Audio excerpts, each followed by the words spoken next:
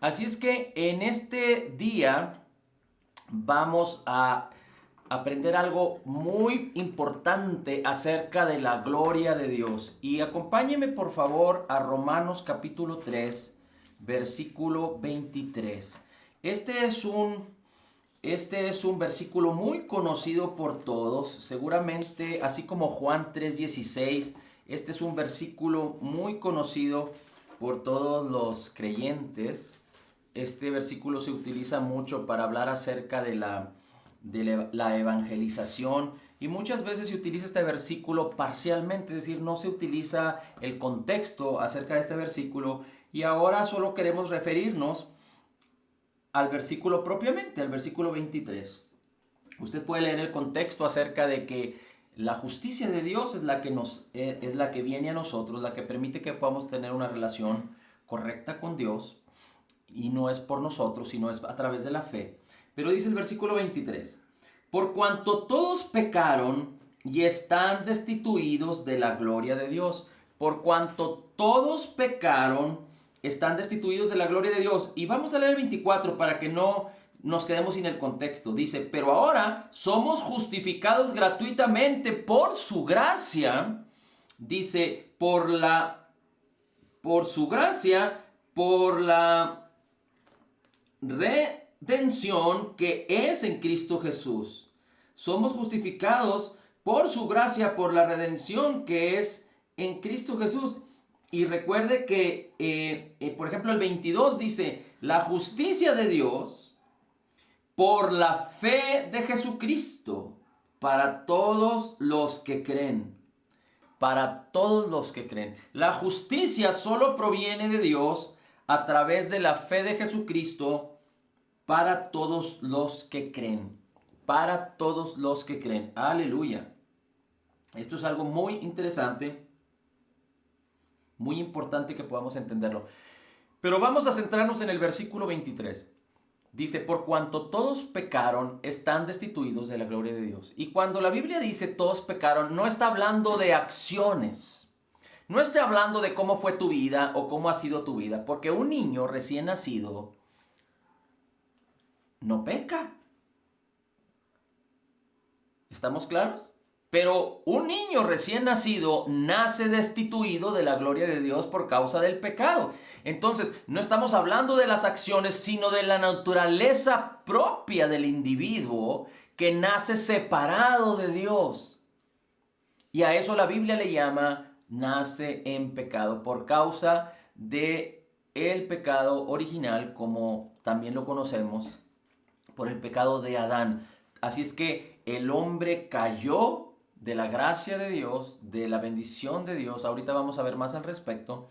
Pero todo niño nacido de mujer, todo niño, todo ser humano que nace, nace destituido de Dios. Nace destituido de la gloria de Dios. Así nacimos tú y yo también. Ahora, dice la Escritura, por cuanto todos pecaron, están destituidos de la gloria. Y el pecado, nuestra naturaleza pecaminosa o nuestras acciones pecaminosas, el pecado en sí, tiene una relación directa con la gloria de Dios. Es decir, el pecado nos separa de la gloria de Dios. La palabra pecado en el griego significa fallar al objetivo, fallar en la marca, no dar en el blanco. Pero ¿cuál es el blanco? ¿Cuál es el objetivo? ¿Cuál era la razón de ser de Dios para el hombre? Que el hombre participara de la gloria de Dios. Pero por causa del pecado, la gloria de Dios se separó, el hombre no pudo participar de su gloria, por lo tanto falló en su propósito, falló en la marca, no dio en el blanco. Así es que cuando la Biblia dice que todos, por cuanto todos pecaron, están destituidos de la gloria de Dios, dice la Escritura que todo hombre que nace, nace sin poder participar de la gloria de Dios. Ahora, nos preguntaríamos, ¿acaso Dios dispuso su gloria o preparó su gloria en el propósito original para que el hombre participara de ella? Sí, sí y otra vez sí. Definitivamente sí. Y esto es precisamente lo que queremos ver hoy.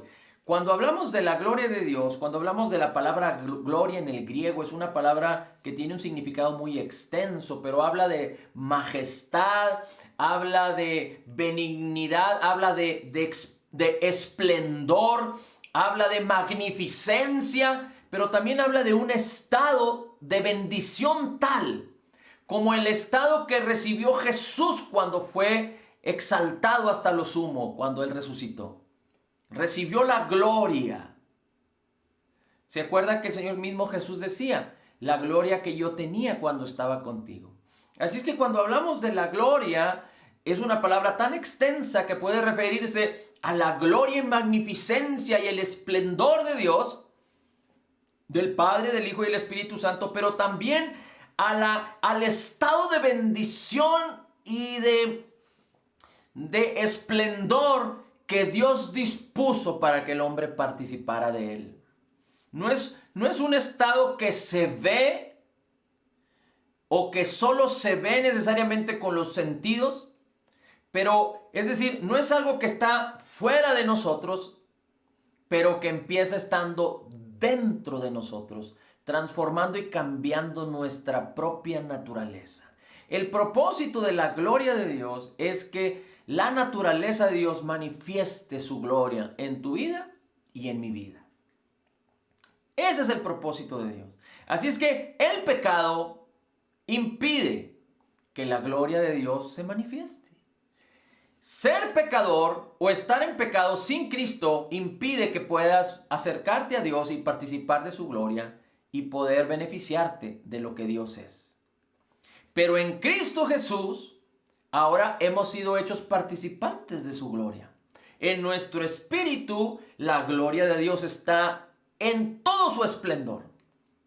Pero el pecado, en nuestros miembros, en nuestra manera de pensar, en nuestras acciones, en nuestras actitudes, en nuestro cuerpo, va a impedir que esa gloria que ya está en nuestro interior sea manifestada como Dios quiere que lo sea.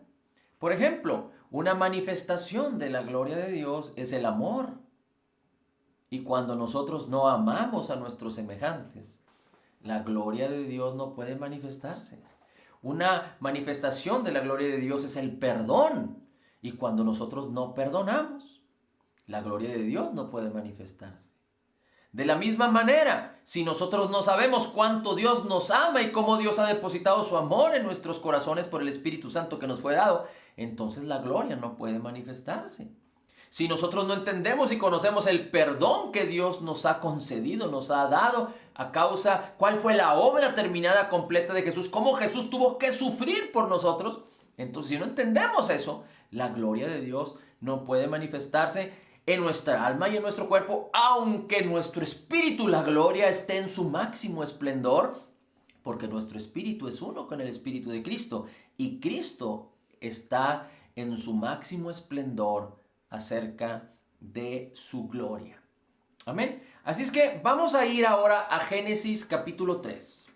Acompáñame a Génesis capítulo 3 y aquí vamos a ver un tema o a ver una historia o una experiencia acerca de Adán y de Adán. ¿Cómo dijo? De Adán y de Adán. Porque dice la palabra que cuando Dios hizo a la mujer, Adán dijo, la llamaré Adán, porque es hueso de mis huesos y carne de mi y sangre de mi sangre, carne de mi carne. Bien, recuerde que la mujer fue tomada de Adán y Adán le puso por nombre a su esposa, su mujer, Adán, varón y varona, así dice la escritura. El nombre de Eva le fue dado hasta que ellos pecaron. Pero bueno, usted lo puede encontrar ahí en la escritura. Así es que en el capítulo 3 de Génesis, usted ya sabe la historia en donde la mujer tuvo una conversación con la serpiente Satanás, que había tomado o había poseído, tomado forma de serpiente, engañó a la mujer y le empezó a hablar acerca de la palabra de Dios, pero transgiversando la palabra. Y sabemos que Dios le dijo al hombre desde el principio, Dios le dijo al hombre, de todo árbol del huerto podrás comer. En medio del huerto había dos árboles y en el huerto había N cantidad de árboles buenos para comer de su fruto. Pero en medio del huerto había dos árboles. Uno que era el árbol de la vida, el árbol de la vida, del cual Adán sí podía comer, su mujer sí podían comer. Pero había otro árbol en el huerto que se llamaba el árbol de la ciencia del bien y del mal, del cual Dios le dijo al hombre, de este no comerás, porque el día que de él comieres, ciertamente morirás. Así es que Dios no puso un escudo o una protección alrededor del árbol de la ciencia del bien y del mal para que el hombre no comiera, sino que Dios le dio el derecho al hombre a decidir, entender y caminar de acuerdo a la voluntad y al corazón de Dios o hacer algo diferente. Y sabemos que el hombre en su derecho, equivocadamente, pero en su derecho que Dios le otorgó, decidió comer del árbol de la ciencia del bien y del mal.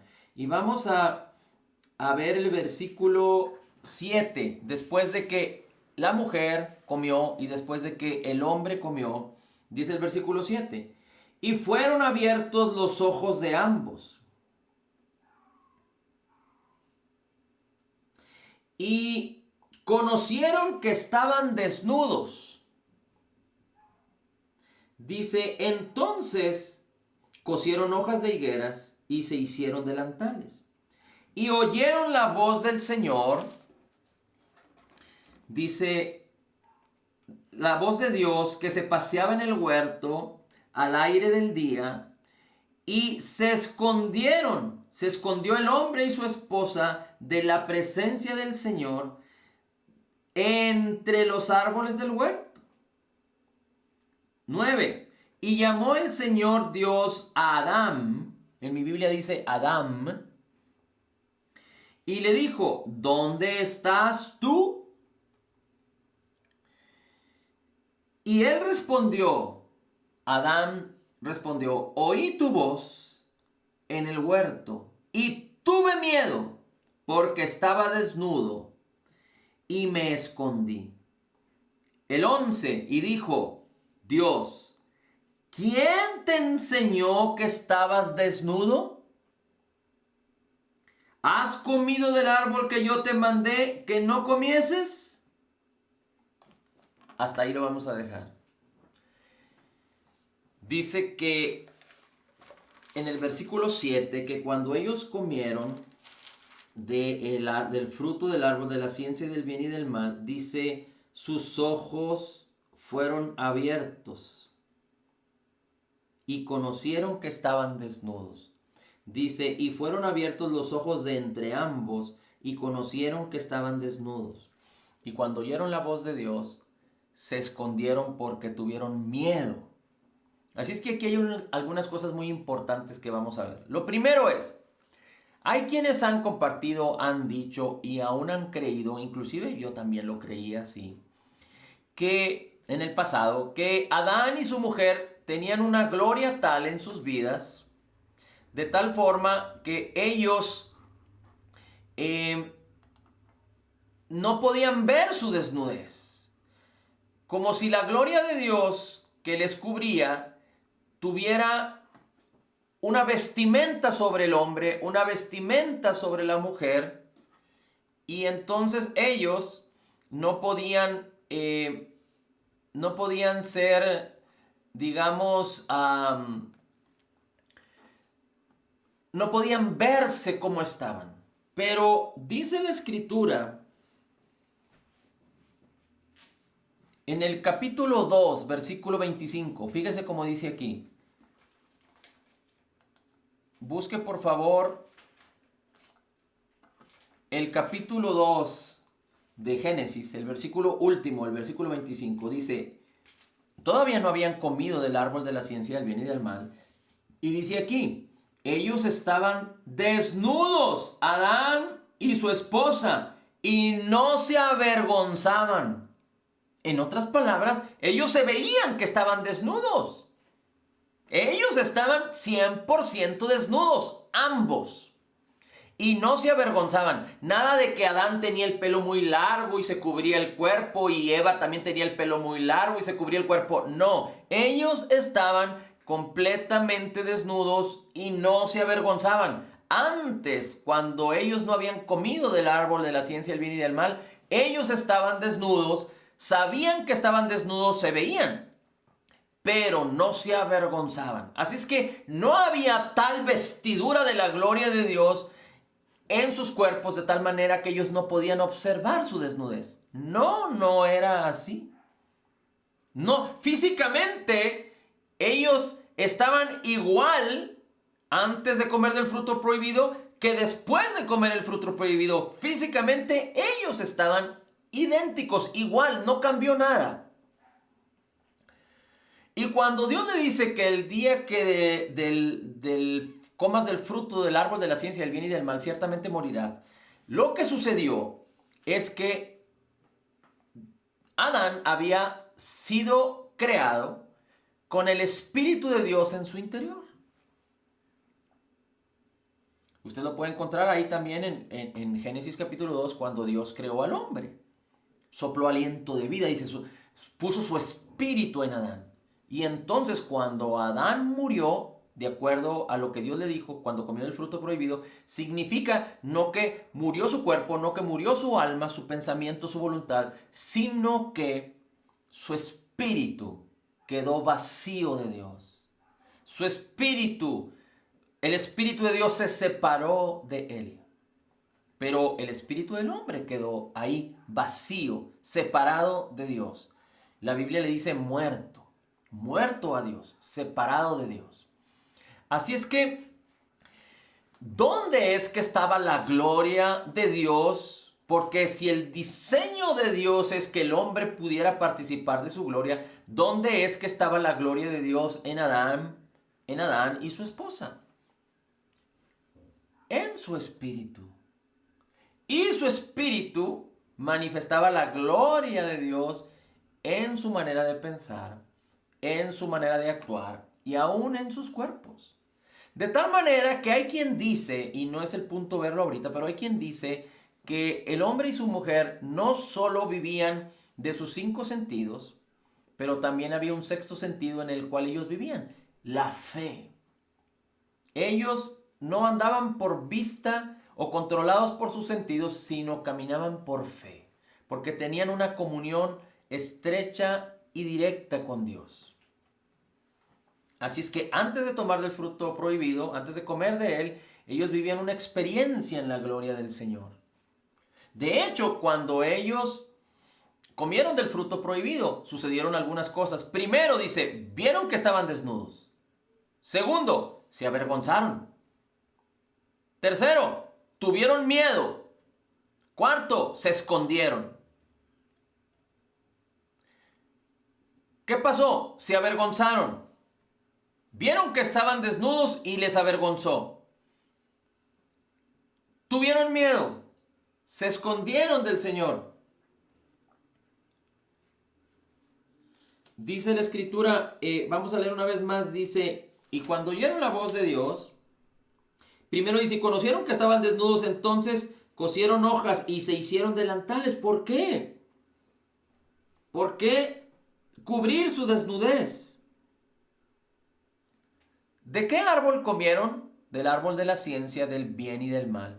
Así es que hay quienes piensan que Adán y su mujer tenían conciencia, pero su conciencia no operaba, estaba desactivada. Pero hay quienes piensan también que el árbol de la ciencia del bien y del mal fue quien les proveyó esa conciencia. La pregunta es, ¿el árbol de la ciencia del bien y del mal era un árbol que Satanás había sembrado? ¿Era un árbol malo? No necesariamente. Y no quisiera extenderme mucho en esto, pero es un árbol que Dios sembró. Sin embargo, no todo lo que Dios tiene, el hombre lo puede poseer. Así es que no se trata de pensar que si era un árbol malo, no, se trata de entender que aunque Dios lo puso ahí, el hombre no podía sobrellevar el comer y el disfrutar de ese árbol. Porque no era el propósito de Dios para él. Ese árbol tenía otros propósitos. Hay quien dice que ese árbol representa la ley. ¿El hombre podía cumplir la ley? No. Se tenía que manifestar una manera gloriosa de un nivel extraordinario como el de Jesús para poder, como hombres, cumplir la ley. Ahora, la ley fue introducida después de que el pecado apareció en la vida del hombre. El hecho es de que el hombre no podía sobrellevar, el hombre no era para él vivir del alimento del fruto de ese árbol. Y Dios, para manifestar y declarar el libre albedrío, como hay quien lo llama, o el derecho al hombre a decidir, tuvo que mostrarnos y enseñarnos que puso esa opción para el hombre, para que el hombre realmente tuviera un derecho libre a decidir.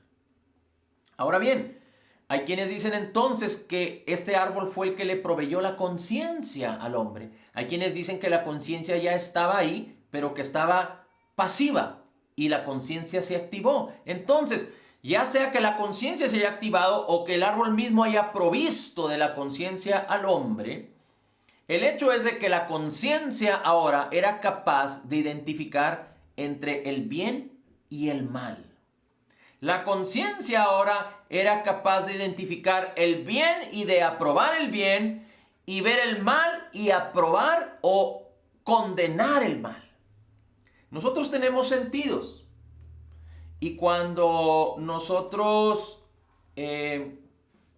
usamos los sentidos de la manera apropiada, los sentidos son benéficos para nosotros. Por ejemplo, si tú enciendes un fósforo, un cerillo, y lo tienes en tu mano y la lumbre está llegando casi a tus dedos y tú no tuvieras esa sensación de sentir que te puedes quemar o que te estás quemando, podrías herirte y podrías mantener el cerillo prendido ahí hasta que se quema en medio de tus dedos y podrías sentir o podrías más bien herir tus dedos si no tuvieras el sentido del tacto, de que hay algo en nosotros que Dios nos proveyó para nuestro beneficio.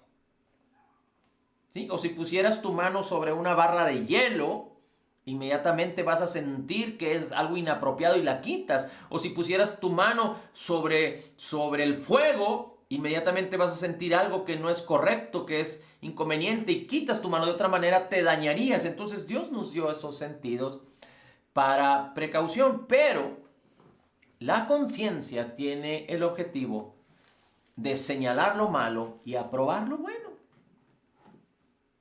Entonces la conciencia, en términos de nuestra época, de acuerdo a la Biblia, tiene el poder de condenarte o de aprobarte. Entonces, ¿qué fue lo que pasó con el hombre? Dice la Escritura, ellos se avergonzaron porque se vieron desnudos, ya estaban desnudos, pero no se avergonzaban, porque la gloria de Dios estaba en ellos y su gloria manifestaba bondad, benignidad, fe, amor. No había maldad en ellos. Dice, y después dice la Escritura que cuando oyeron la voz de Dios, se escondieron porque tuvieron miedo. Se avergonzaron, se escondieron, tuvieron miedo. Ahora es muy importante lo que dice el versículo 9. Y Dios llamó a Adán y le dijo, ¿dónde estás tú? Dios sabía, Dios lo conoce todo. Pero dice el versículo 10, y respondió Adán, oí tu voz en el huerto y tuve miedo porque estaba desnudo y me escondí. Y el versículo 11 es clave. ¿Quién te enseñó que estabas desnudo? Le dijo Dios a Adán. ¿Has comido del huerto que yo te mandé que no comieras? ¿Has comido del árbol, de que yo te mandé que no comieras? ¿Quién te dijo que estabas desnudo? Le dice Dios al hombre. ¿Qué podemos entender de esto? Dios no fue quien le dijo al hombre que estaba desnudo. Dios no fue el que le dijo al hombre que estaba desnudo. Satanás no fue quien le dijo al hombre que estaba desnudo. Satanás no condenó al hombre. Satanás no infundió o no hizo que el hombre tuviera miedo. Dios no le dijo al hombre que estaba desnudo, sino la conciencia que se despertó o que le fue dada al hombre en ese momento cuando comió del árbol prohibido, del árbol de la ciencia del bien y del mal, fue la que le condenó, la que le dijo que estaba desnudo, la que le hizo tener miedo, la que le hizo avergonzarse, la que le hizo esconderse de Dios. Es como los niños pequeños, niños de 6, 7, 8, 10 años, inclusive los mayores también. Pero un niño pequeño cuando hace una travesura, ¿qué hace? Quiebra algún objeto, esconde sus hechos, se esconde de su mamá y tiene miedo. Porque quizás su mamá lo va a regañar, lo va a castigar, le va a pegar, no sé, lo que pueda hacer. Pero en la historia del hombre, cuando el hombre se equivoca, se esconde, tiene miedo, se avergüenza de lo que hace. Pero es la conciencia la que lo pone en ese estado para que tome esas acciones. Así es que Dios no le dijo al hombre que estaba desnudo. Y hay quienes piensan hoy en día, y no estoy hablando de las personas que no conocen a Dios, pero estoy hablando de los creyentes, que creen que el Espíritu Santo que nos fue dado es quien nos condena, es quien nos acusa, el que nos dice que tenemos que ponernos a cuentas con Dios, el que nos recuerda nuestro pecado, el quien está contraponiéndonos, el que nos está confrontando y enfrentando. Pero no es así. Desde el principio, Dios no le dijo al hombre que estaba desnudo. Pero fue la conciencia que se despertó en el hombre, que le fue provista al hombre a partir de ese momento, el que lo hizo entender que estaba desnudo y avergonzarse. No vamos a ver el hecho de por qué se avergonzaron, porque antes no estaban avergonzados, pero ahora había algo en ellos que podía discernir entre el bien y el mal, y para la percepción del hombre, estar desnudo no era lo correcto. Para la percepción del hombre. Y el hombre se hizo vestidos de hojas.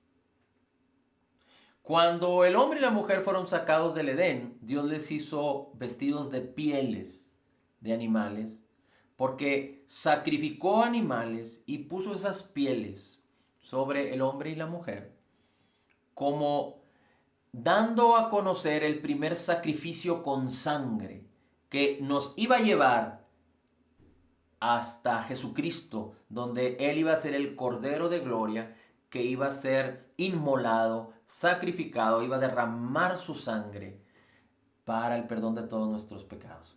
Amén. Ahora vamos a ver si hasta aquí lo que hemos visto nos dice que había una gloria, pero no era una gloria que estaba sobre el cuerpo de Adán y su mujer, pero una gloria que estaba en su interior, y esa gloria se fue, esa gloria desapareció, y lo que ahora se despertó o fue provisto por causa del árbol de la ciencia del bien y del mal fue una conciencia que era capaz de identificar entre el bien para aprobarlo y entre el mal para condenarlo.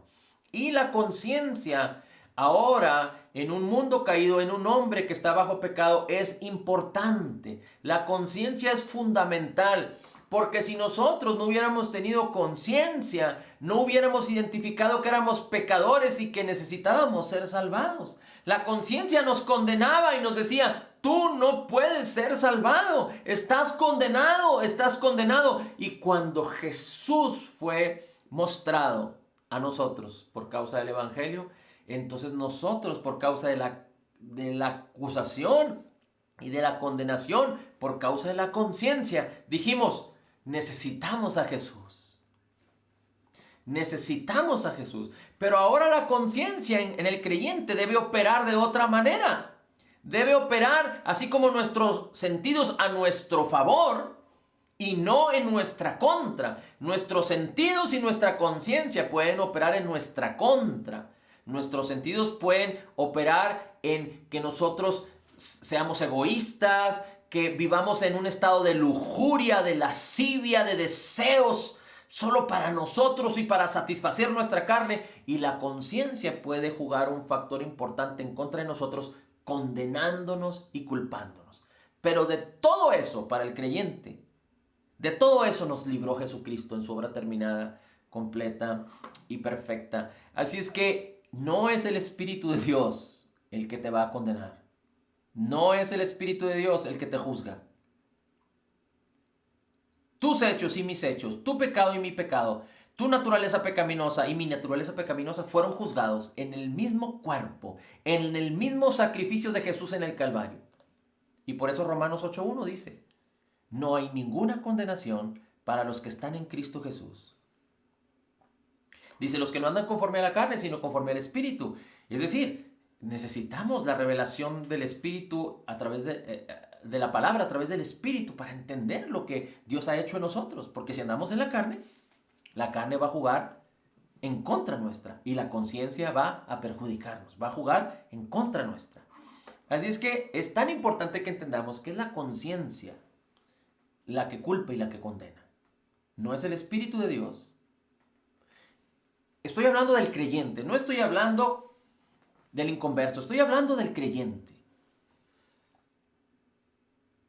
Amén. Así es que vamos a ver algunos otros versículos muy rápido para entender esta grande bendición de la gloria de Dios. En Juan 1:14, solo apúntalo, Juan 1:14 dice, y aquel verbo fue hecho carne y habitó entre nosotros y vimos su gloria. Estamos hablando de Jesús y vimos su gloria. Humanamente hablando, dice Juan 1:14, vimos su gloria. Gloria como del unigénito del Padre, lleno de gracia y de verdad. Dice el apóstol Juan, vimos la gloria de Jesús y la gloria está relacionada con la gracia y la verdad que provienen de Dios. Vimos la gloria como del único Hijo de Dios, lleno de gracia y de verdad. ¿Te acuerdas que Juan capítulo 1 versículo 17 dice que de la plenitud de Jesús tomamos todos gracia sobre gracia?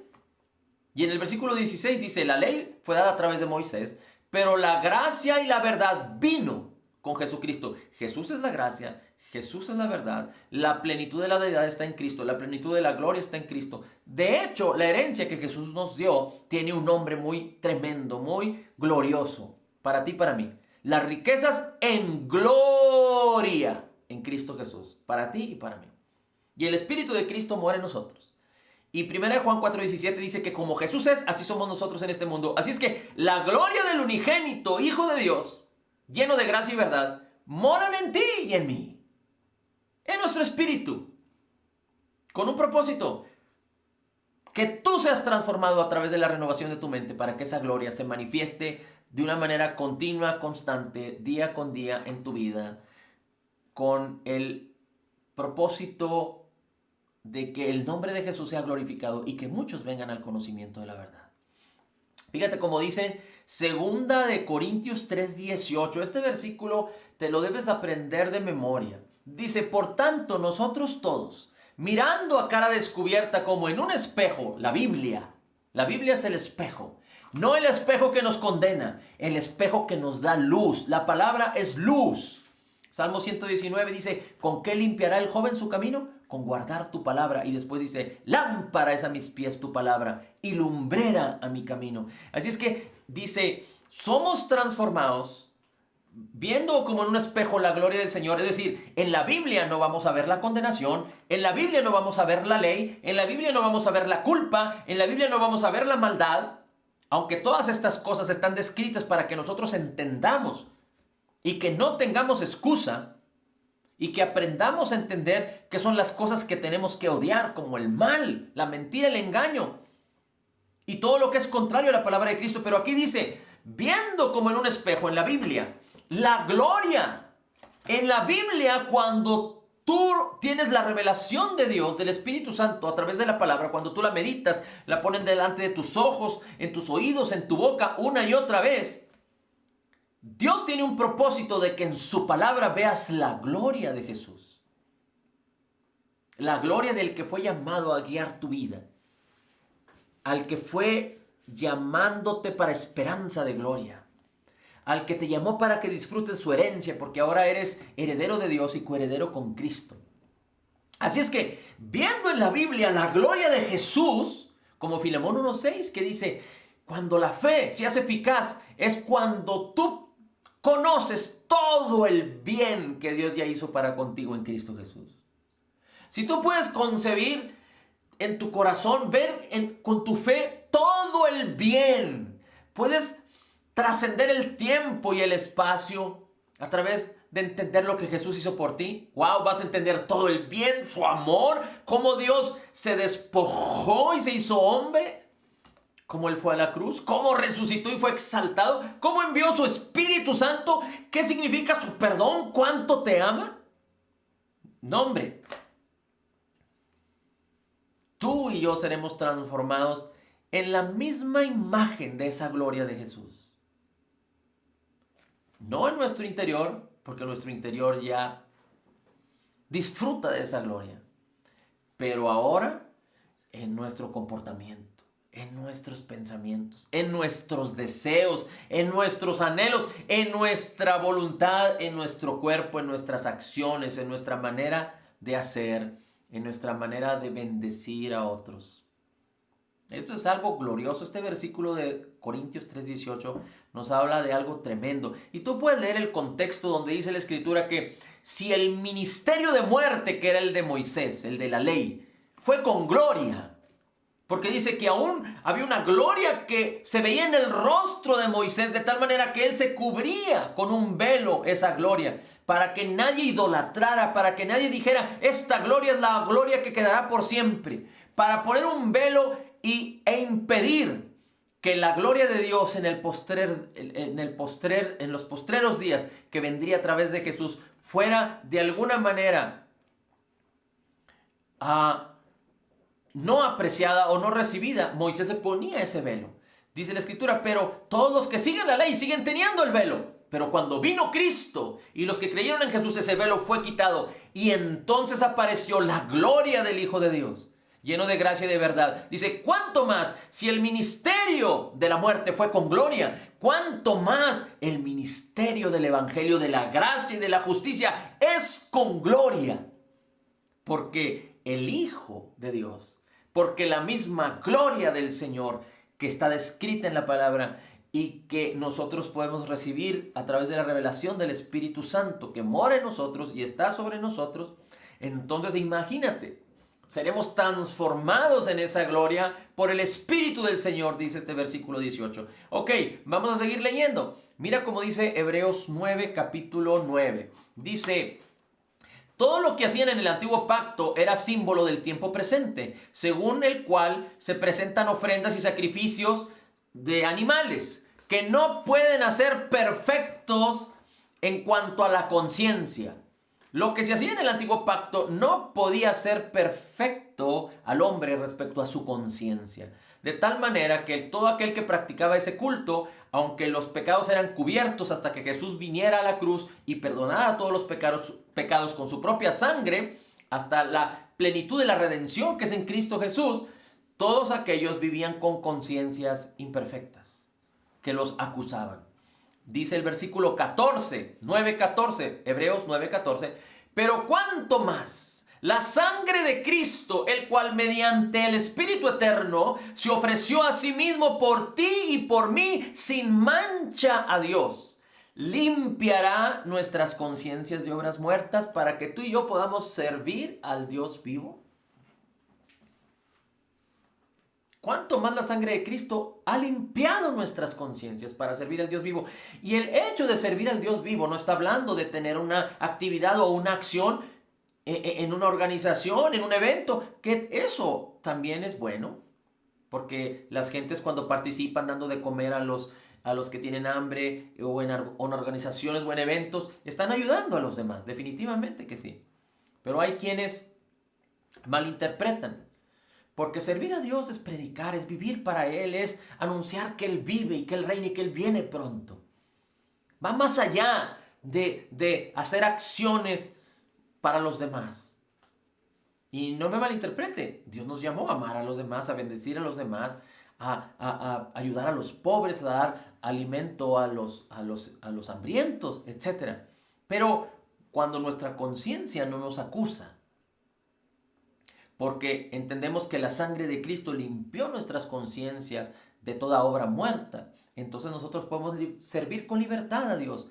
Es por ello que entonces es tan importante que entendamos que somos participantes de la gloria para que nos esforcemos en la gracia, para que impidamos que la conciencia nos condene, para servir a Dios con libertad. Dice Hebreos capítulo 10, versículos 19 al 22. Hebreos capítulo 10, versículos 19 al 22.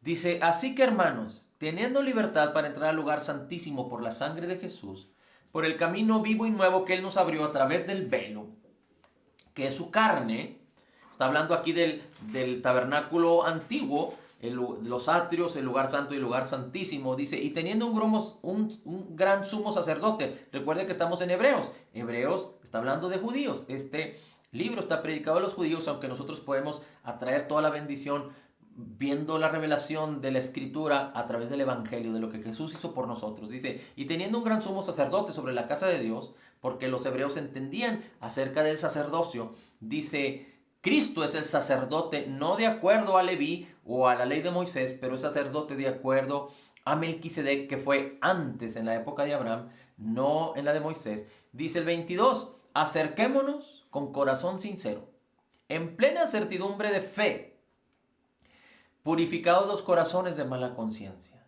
y lavados los cuerpos con agua pura. La palabra es la que nos limpia, es la que nos lava. Y está haciendo una alusión a lo que hacían los sacerdotes. Pero dice el Señor que tú y yo siempre tenemos que acercarnos en todo momento. Tú tienes acceso al Señor en todo tiempo y en todo momento, porque el Espíritu de Cristo mora en ti. Dice, tienes que tener certidumbre de fe que Dios mora en ti, que el Espíritu de Cristo está aquí, que Él está aquí, que ni el pecado, ni la maldad, ni ninguna otra cosa te impiden que tú puedas acercarte a Dios. Es como el niño. El niño en casa con su mamá y su papá, si comete alguna travesura, si hace algo, por más que se esconda, no puede ignorar el hecho de que papá y mamá están en casa. Y si un papá y una mamá son diligentes, son amorosos, son padres, son buenos padres, aunque el niño se esconda, papá y mamá siempre van a estar dispuestos, disponibles en todo tiempo en casa para amarle, para enseñarle. Amén. Así es que dice, purificados los corazones de mala conciencia. No debemos permitir que nuestra conciencia juegue en nuestra contra. Tenemos que saber que nuestra conciencia lo puede hacer, porque para eso nos fue dada, para probar el bien y culpar y condenar el mal, pero de tal manera que nosotros tenemos que limpiar, purificar nuestros corazones, no permitir que la conciencia nos juegue en nuestra contra. Ahorita vamos a explicar un poquito más, pero esto tiene que ver con que Jesús limpió nuestras conciencias de obras muertas y que todos nuestros pecados ya fueron juzgados. Y no estoy diciendo que tú te hagas ignorante al pecado. Es decir, tú pecas, tú cometes un error, tu conciencia te va a querer acusar, condenar, pero tú sabes que tus pecados fueron perdonados. Pero el creyente, el que ama al Señor Jesús, no va a permanecer en su pecado, porque también el creyente debe de saber que vivir bajo el pecado trae consecuencias, no de parte de Dios, porque Dios te sigue amando y Él sabe, y permanece en ese mismo estado de que todos tus pecados fueron juzgados y pagados en la cruz del Calvario por Jesús. Así es que si el creyente se sujeta al pecado, va a recibir las consecuencias de su pecado. No del juicio de Dios, porque ese ya fue sobre Cristo, pero del mismo pecado. Y entonces te quedas vulnerable, el hombre, el creyente que quiere seguir pecando en cualquier área de su vida, se queda vulnerable a las artimañas, al engaño, al hurto, al robo, a la destrucción del diablo. Pero cuando espontáneamente, porque no nos levantamos para pecar, pero vivimos en un mundo imperfecto, cometemos errores. Entonces, lo que tenemos que saber es que cuando cometemos un error, que ofendemos a un hijo, ofendemos a la esposa, ofendemos a un compañero de trabajo, o nos ofendemos a nosotros mismos, o nos equivocamos, o pensamos algo que no es correcto, algo de egoísmo, o tengo, tengo una actitud egocentrista, pude hacer el bien y no lo hice. Yo tengo que recordar siempre, mis pecados fueron perdonados, soy totalmente perdonado. Pero entonces tú puedes venir al Señor y platicar con el Señor y tener comunión con la palabra para cómo poder sobrellevar por la revelación del Espíritu, por la renovación de tu mente y la transformación de la palabra en ti, cómo quedar libre de esas actitudes que no son correctas en tu vida. Ok, vamos a seguir leyendo. Primera de Timoteo capítulo 19. Esto es muy importante porque para que tú y yo podamos participar de la gloria de Dios, necesitamos dos cosas fundamentales.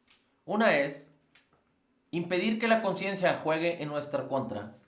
Y dos, la fe.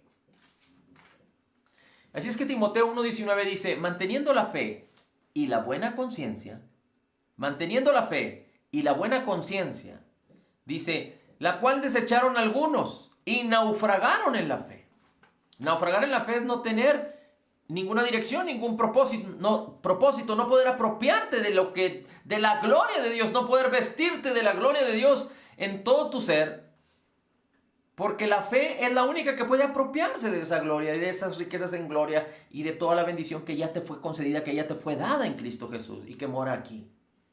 Así es que la fe es importante, pero la buena conciencia también, porque tu conciencia no puede ser una mala conciencia que juegue en tu contra. Porque si tú permites una mala conciencia en ti, entonces vas a naufragar en cuanto a la fe, de acuerdo a Timoteo 1:19. Así es que es tan importante que puedas entender esto. Primera de Juan 3:19 y 21. Prácticamente estamos terminando, pero mira cómo dice Primera de Juan capítulo 3, 19 y 21. Ese sí, búscalo por favor. Primera de Juan, capítulo 3, versículo 19 al 21. Dice el versículo 19. Y en esto conocemos que somos de la verdad. Y aseguramos nuestros corazones delante de Él. Es importante que tú mismo asegures tu corazón. Dice 20. Pues si nuestro corazón nos reprende, mayor que nuestro corazón es Dios. Él sabe todas las cosas. Dios sabe que fuiste perdonado. Dios sabe que tu pecado fue juzgado en Cristo. Dios no se mueve de esa actitud, de ese estado.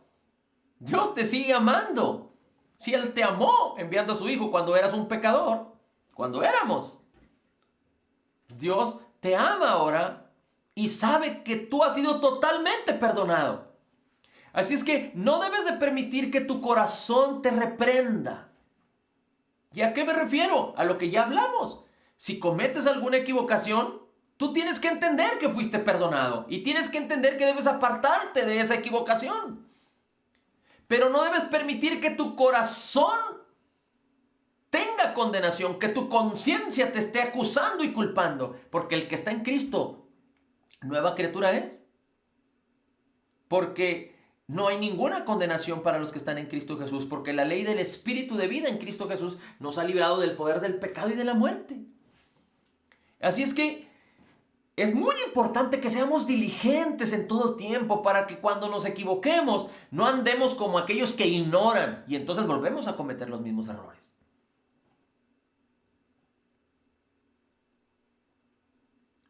No podemos luchar en contra del pecado con nuestra carne, o con nuestra ignorancia. acerca de la palabra o con darle vacaciones a la fe. No, no, no. Tenemos que entender que el pecado nos asedia y no podemos estar viviendo detenidos por el pecado, porque Dios nos ha llamado a correr una carrera gloriosa y maravillosa, aún en medio de la adversidad. Pero para estar libres de temor y de vergüenza y de culpa. ¿Cómo es que el salmista dice: busqué al Señor, Él me oyó y me libró de todos mis temores? Nadie puede buscar al Señor, saber que Él te responde y te libra de todos tus temores, si no te acercas confiadamente ante el trono de la gracia, libre de mala conciencia, cuando tu corazón no te reprende. Cuando tu corazón te reprende, está hablando de prácticamente tu conciencia, es cuando hay actitudes equivocadas y tú estás ignorando o siendo insensible al gran poder del perdón de Dios, de la obra terminada, completa y perfecta de Jesús en el Calvario, y tú te sientes condenado. Pero Dios no cambia. Dice: Dios es más grande que nuestro corazón. Dios es más grande que nuestra conciencia. Él sabe todas las cosas. Él sabe que fuiste perdonado. 21. Amados, si nuestro corazón no nos reprende, confianza tenemos en Dios. Si nuestro corazón no nos reprende, confianza tenemos en Dios. ¡Wow! Es por eso que en nuestra vida fuimos llamados a que Jesús sea el centro. Y las riquezas de la abundancia de su gracia, la promesa. Y la obra terminada y completa y perfecta de Jesús en el Calvario, nuestro fundamento. Y nuestros brazos abiertos y nuestro corazón dispuesto a todo día, en todo momento, recibir de la abundancia de su gracia y del regalo gratuito de la justicia de Jesús, que permiten que tú te acerques a Dios con confianza, entendiendo que tu conciencia fue limpiada de obras muertas por el sacrificio de Jesús, por el derramamiento de la sangre de Jesús, y ahora tu corazón no te reprende, no tiene el poder para hacerlo, y entonces puedes confiar plenamente en Dios. Mira como dice, por último, Hebreos capítulo 11, versículo 5 y 6. Esto seguramente todo el mundo lo conoce, pero muchas veces se ignora y solo se comparten el versículo 1, el versículo 2, el versículo 6 y algunos otros versículos de Hebreos 11. Pero mira qué extraordinario es Hebreos capítulo 6, versículo 5 y versículo 6. Hebreos 11, capítulo 5 y versículo 6. Hebreos capítulo 11, versículo 5 y versículo 6. Dice: por la fe, Enoc fue traspuesto para no ver muerte y no fue hallado. Es decir, Dios lo llevó con él, porque lo traspuso Dios. Y antes que fuese traspuesto, antes que fuera tomado y llevado por Dios, tuvo testimonio de haber agradado a Dios. Enoc, antes de que Dios lo llevara, tuvo testimonio. No solo seguramente él dijo: he agradado a Dios, sino seguramente otros dijeron de él, como en este caso el escritor de Hebreos: Enoc agradó a Dios. Ahora tú lo sabes. Enoc ya no está entre nosotros, Dios lo llevó. Pero dice la escritura que Enoc agradó a Dios. Imagínate a un Enoc diciendo: he agradado a Dios. ¿Por qué? Por causa de la fe en Jesús, en su obra terminada, y por causa de tener un corazón confiado. Y una conciencia buena que no me culpa ni me condena. Porque ¿quién fue el que murió? Cristo.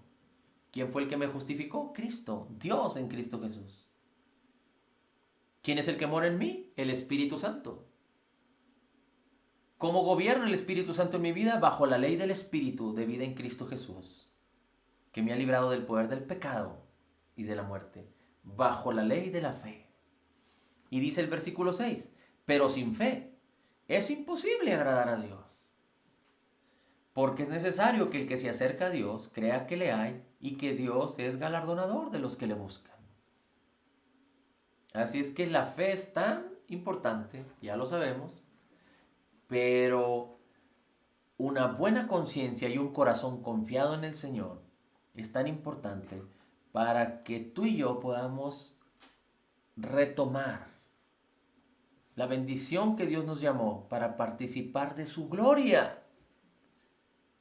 Porque poniendo nuestros ojos, viendo a cara descubierta, como en un espejo, la gloria del Señor, viendo en la Biblia la gloria de Jesús, la gloria de lo que Él hizo por nosotros, la gloria de lo que Él es, cómo está sentado a la diestra del Padre, cómo nos hizo sentar a ti y a mí juntamente con Él, cómo Él nos proveyó de todas las cosas, cómo Él nos dio un propósito para ir y enseñar a muchos, cómo Él viene pronto por nosotros, cómo estaremos con Él en gloria, perfectos en nuestro cuerpo, nuestra alma y en nuestro espíritu, como es nuestro espíritu ahora, pero en el tiempo en el que Jesús venga por nosotros, seremos transformados, no transformados para vivir en este mundo, como lo estamos haciendo ahorita por la palabra, para que la gloria de Dios nos vaya transformando, pero aún en un mundo caído, pero de una manera más extraordinaria, en el esplendor más glorioso, porque tendremos un cuerpo glorificado en Cristo Jesús y seremos completamente perfectos para estar así siempre con el Señor. Así es que permite en el nombre de Jesús que la fe y una buena conciencia y un corazón confiado en el Señor contribuyan a que la gloria de Dios, que nos fue quitada por causa del pecado, ahora que te ha sido dada por el Espíritu de Cristo en ti, se manifieste, transforme tus pensamientos, tus deseos, anhelos, comportamientos, actitudes, tu cuerpo, tu hacer. De gloria en gloria, el Espíritu de Dios que te transforme de gloria en gloria, que la misma gloria de Cristo sea manifiesta, bendiciendo todo tu ser, para que tú cumplas el propósito de bendecir a muchos con todo lo que Dios te ha bendecido. Porque más bienaventurado es dar que recibir. Padre, te damos a ti el honor, la gloria y la alabanza. Señor Jesús, gracias. Espíritu Santo, gracias. Gracias por tu gloria, Señor. Aunque fuimos separados de ella, ahora fuimos restituidos. Gracias por tu gloria. Porque puestos los ojos en Jesús, el autor y consumador de la fe, puestos los ojos de una manera abierta, libre, en tu palabra, en el espejo de la palabra, pudiendo ver la gloria de Jesús, seremos transformados de gloria en gloria por el Espíritu Santo en la misma imagen de Jesús. Por eso ahora podemos decir, como Jesús es, así somos nosotros en este mundo. Y nuestro corazón está firme, entendiendo y creyendo que todos nuestros pecados han sido perdonados, que somos altamente favorecidos, somos perfectamente justificados, profundamente amados, más que vencedores en Cristo Jesús, grandemente bendecidos. Somos la justicia de Dios en Cristo Jesús. Espíritu Santo, permite que tu palabra, como una semilla poderosa, gloriosa que es viva y eficaz, produzca ese abundante fruto en cada uno de los que hemos escuchado. En el nombre de Jesús, la gloria, el honor y la alabanza sean dadas a ti, Señor, porque tú habitas y te places en medio de la alabanza de tu pueblo. Gracias, Señor Jesús. Gloria a tu nombre, Señor Jesús. Bendito tu nombre, Señor Jesús. Tuya es la gloria, el honor y la alabanza. Gracias, gracias, gracias, Señor, por la vida que nos das. Gracias por cada uno de nuestros días. Gracias por tu protección. Gracias por tu vida. Gracias porque estaremos pronto contigo. Gracias porque tú vienes pronto. Gracias, Señor Jesús, por tu gloria en nosotros. Gracias por tu palabra, tu Espíritu Santo. Gracias por mis hermanos que se han conectado. Gracias porque ellos han creído. Gracias por los que han de creer a través de ellos. Gracias por el propósito y por la bendición que tú tienes y los planes para este 2021. Gracias, Señor. Gracias, maravilloso Dios. Gracias, bendito Jesús. El honor, la gloria y la alabanza sean dadas a ti. En el nombre maravilloso y precioso de Cristo Jesús. Amén, amén y amén.